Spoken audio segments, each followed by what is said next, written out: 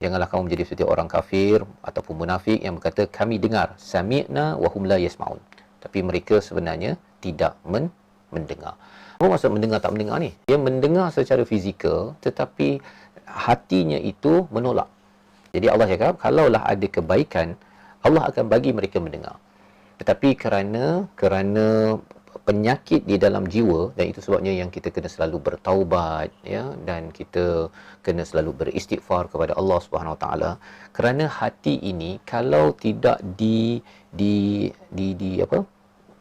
beristighfar selalu, mengaku kesilapan, maka ia akan menyebabkan hati itu tertutup.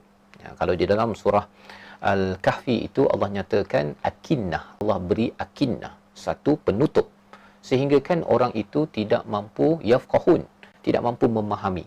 Kita mungkin tahu ilmu agama, kita mungkin tahu tentang halal haram, tetapi ada orang yafqahun. Faqih itu bukan sekadar tahu hukum fiqh, tetapi dia menghayati, ya, dia menghayati sehingga diamalkan apa yang diketahui. Bila dia baca Al-Quran itu, dia dapat mesej dan dia menjadi orang yang lebih tunduk.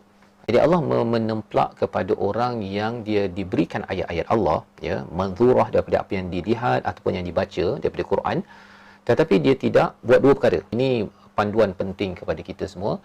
Setiap ayat Al-Quran, setiap ayat Allah di alam ini, bila kita tengok matahari bulan, kita sepatutnya makin beriman, makin beristighfar pada Allah.